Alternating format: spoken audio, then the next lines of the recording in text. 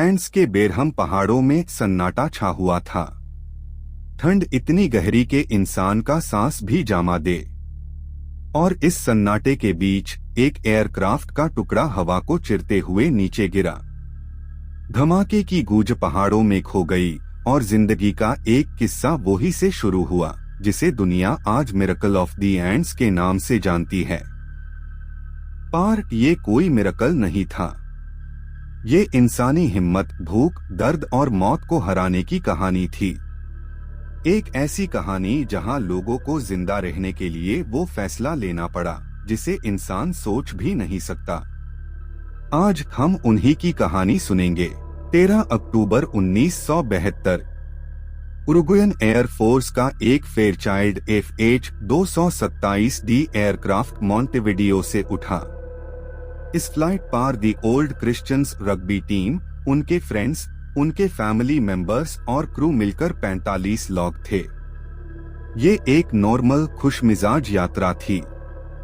हंसना, मजाक, फोटोज सब चल रहा था। एयरप्लेन ने एंड्स की तरफ रुख किया, वो पहाड़ जिन्होंने हमेशा इंसानों को चुनौती दी है। किसी को अंदाजा नहीं था कि आज का दिन उनकी जिंदगी पलट देने वाला है।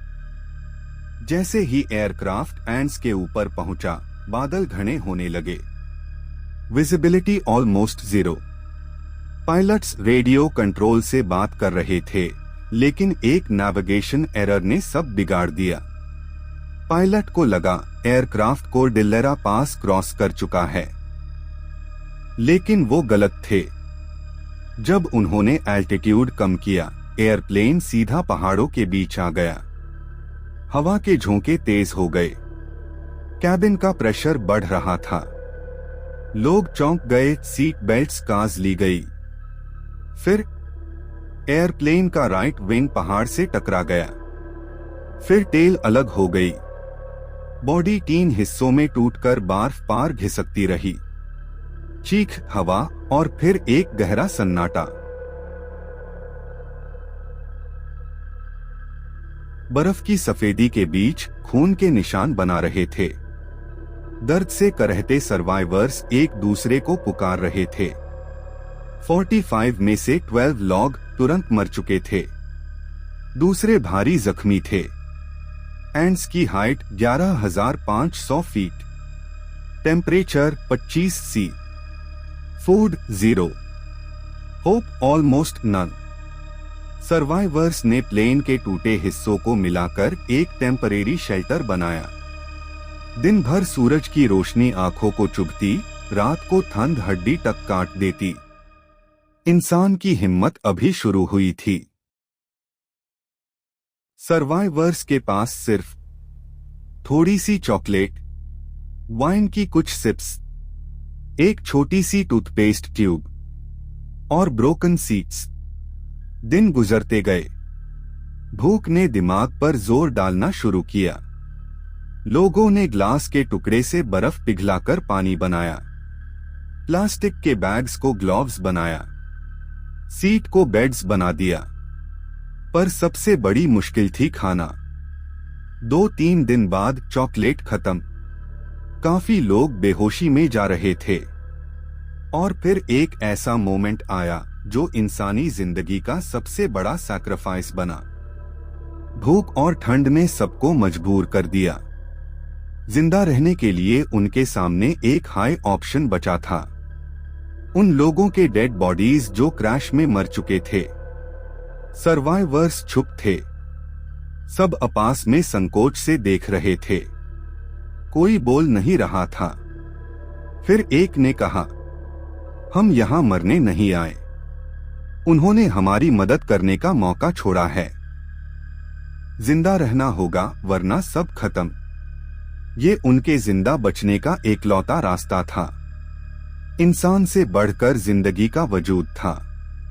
मन रो रहा था, पार सर्वाइवल की आग ज्यादा तेज थी। और उन्होंने वो फैसला ले लिया जिसे दुनिया कभी भूल नहीं सकती। कुछ सर्वाइवर्स को एयरप्लेन का ब्रोकन रेडियो मिला। उन्होंने एंटेना बनाने की कोशिश की। आवर्स तक स्ट्रगल किया। और एक दिन आवाज आई, search operations for flight 571। Survivors सुनकर जान गए। सर्च बंद हो चुका था। दुनिया ने उन्हें मर चुका मान लिया था। लोग बैठकर एक दूसरे को देखते रहे।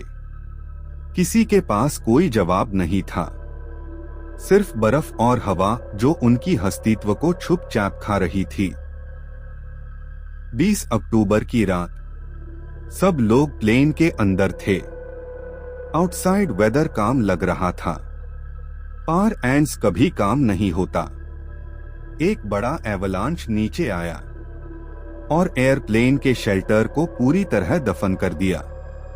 अंदर अंधेरा, हवा बंद। लोग चीख रहे थे, ऑक्सीजन कम होती जा रही थी। 8 और लोग मर गए। जिन्हें बचना था उन्हें प्लेन के टॉप से बर्फ को हटाकर रास्ता बनाना पड़ा। ठंड में हाथों से बर्फ हटाना मौत का सौदा था, लेकिन वो जी रहे थे।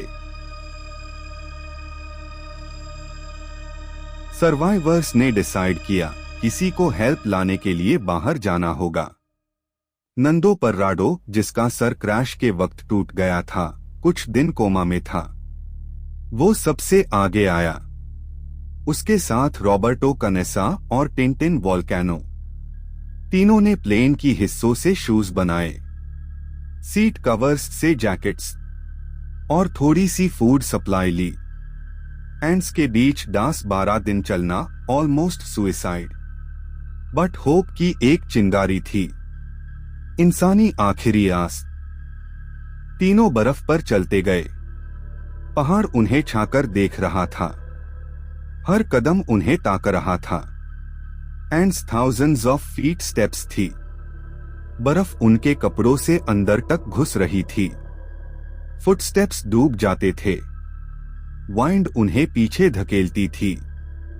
रात को 30 सी। आग नहीं, दवा नहीं, सिर्फ एक उम्मीद, कहीं ना कहीं इंसान मिल जाएगा। 10 दिन के बाद उन्होंने एक नजारा देखा। पहाड़ की दूसरी तरफ सब कुछ ग्रीन था। सबसे बड़ा सिग्नल, जिंदगी वहां है। एक छोटी सी नदी के पास उन्हें एक इंसान दिखा, एक चिलेयन काउबॉय। नंदो चीखने लगा, हेल्प, हेल्प। काउबॉय उनकी बात नहीं सुन पा रहा, पर उनकी हालत देखकर शॉक हो गया। उसने एक पत्थर पार एक पेपर बंधा और उनकी तरफ फेंका। नंदो ने लिखा, we are from flight 571। We need help. There are more survivors. Cowboy का जवाब था, tomorrow I will bring help. तीनों रो दिए। Next day Chilean rescue helicopters आए। नंदो और रॉबर्टो उनके साथ वापस क्रैश साइट की तरफ चल दे, जहां 72 दिन से लोग मौत से लड़ रहे थे। जब हेलीकॉप्टर ने सर्वाइवर्स को देखा, पायलट ने कहा, I can't believe you are alive. 14 survivors को रेस्क्यू किया गया। दुनिया हैरान रह गई। उन्होंने 72 डेज बर्फ, मौत, भूख और नेचर के अगेंस्ट सरवाइव किया। हॉस्पिटल में सबको ट्रीटमेंट दिया गया। सब लोग वीक, स्किन्नी और इमोशनल थे, लेकिन जिंदा थे। नंदो, रॉबर्टो और बाकी सर्वाइवर्स ने दुनिया को बताया, हमने जिंदा रहने के लिए वो किया जो इंसान कभी नहीं सोचता। पर जिंदगी हमें उनका फर्ज निभाने का मौका दे रही थी। उनकी हिम्मत, उनका दर्द दुनिया के लिए एक मिसाल बन गया। एंड्स ने उनको तोड़ना चाहा। ठंड ने उनकी सांसें रोकी। भूख ने उनका ईमान हिला दिया।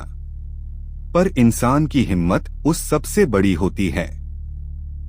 आज फ्लाइट 571 के सर्वाइवर्स हमें ये सिखाते हैं, जिंदगी तब तक खत्म नहीं होती जब तक इंसान लड़ना बंद नहीं करता।